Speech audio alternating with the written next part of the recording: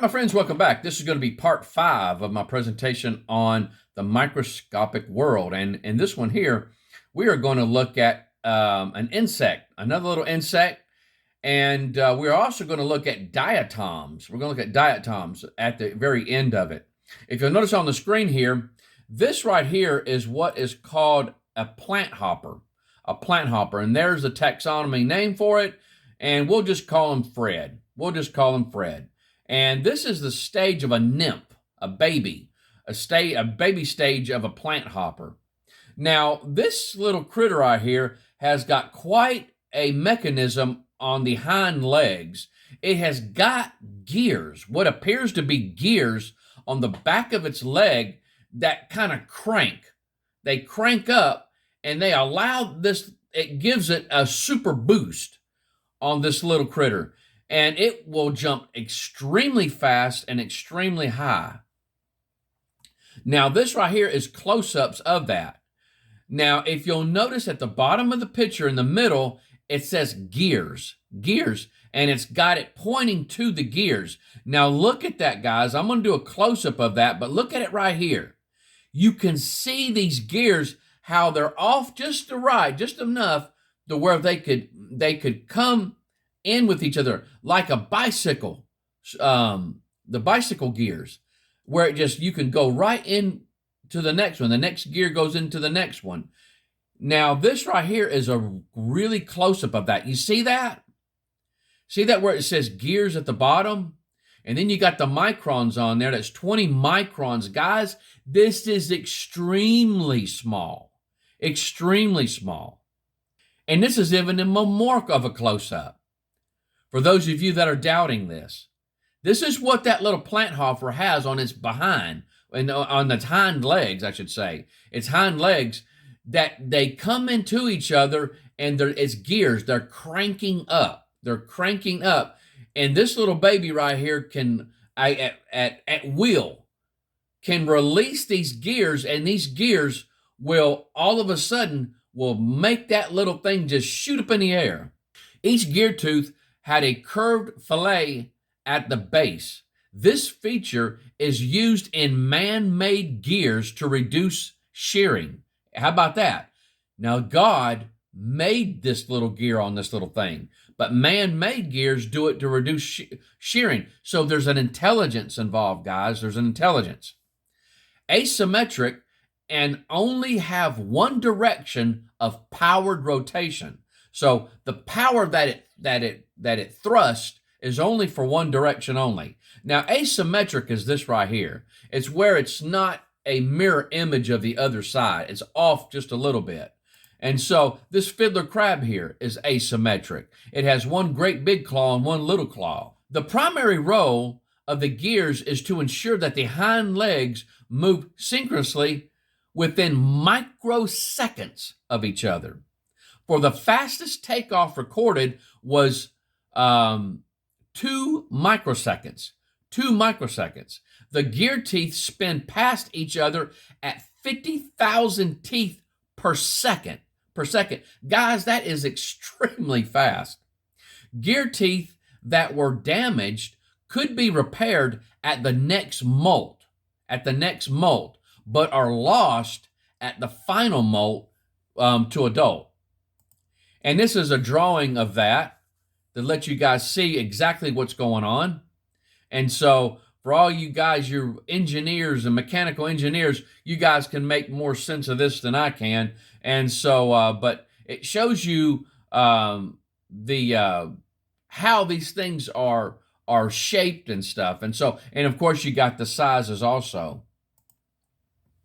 Experimental tendon manipulation of the large jumping muscle led to the synchronous and rapid movement of the other leg, even in a dead specimen.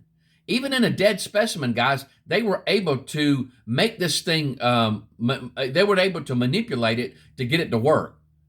Okay, so the conclusion of this, the gears in this plant hopper, like the screw and the femora of beetles, demonstrate that mechanisms previously thought only to be used in man-made machines have evolved in nature. I can't. Guys, I just don't get it. I don't understand it. And so you got the gears of the Planthopper on the left-hand side, and then you got man-made gears, which an intelligence has to actually put the thing together. And they can see that, yes, man made the one on the right. It all came by pure chance on the one on the left. You got to be kidding me.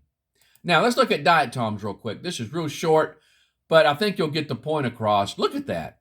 Look at that one on the right-hand side. That's a diatom, guys, that they claim came by pure chance.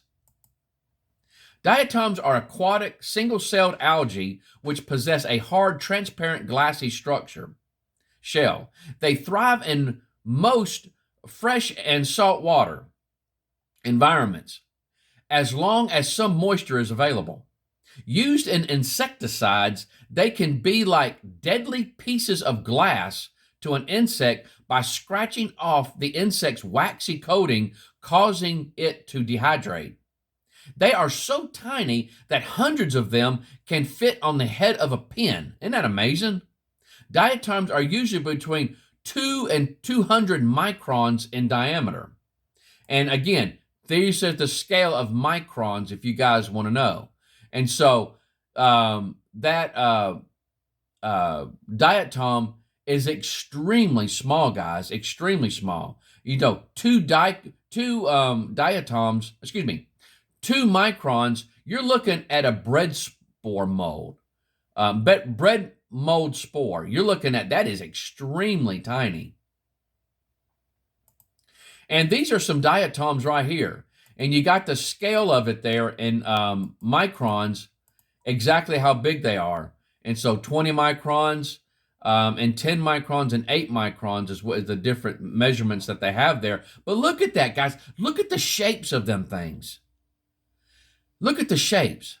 It's like the smaller the smaller things get, you could even see more of a design, intelligent in design that came to forming these things. But you know what? They said they came about by chance, by evolution. And there's no way that these things came by pure chance.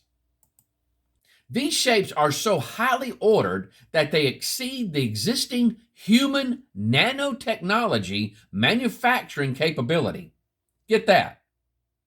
Optics manufacturers have discovered centric diatoms can be used as ready-made lenses to focus very small spots. I'm not sure if that 10 nm means 10 nanometers. I'm not sure, but that's just what I'm thinking of laser light. Get that, guys. They can use these diatoms as ready-made lenses already. Now, something that completely came by pure chance, that exceed the existing human nanotechnology manufacturing capability. They exceed human manufacturing at this level. And they come by pure chance. Centric diatoms may be circular, triangular, or rectangular, but typically have surface markings that radiate, from a central area, an arrangement called radial symmetry. Look at that, guys. Look at that tiny, tiny little thing. And that's what they're talking about, a centric diatom. They can use those as ready-made lenses. Other new applications of diatom nanostructure include the development of robotic nanoscale medical machines for highly localizing drug delivery or tissue repair. Actual living computers made from diatom chips could be in our future. Get that. So we'll stop right there. When we come back, we are going to be getting into, we're going to start getting into the cell. We're going to start talking about the cell, guys, and we are moving through this presentation pretty darn good. We are over a quarter of the way through already. And so, but guys, when we come back, we're going to talk about the cell. You guys take care. I love you. Hope the Lord blesses you real good. Bye-bye.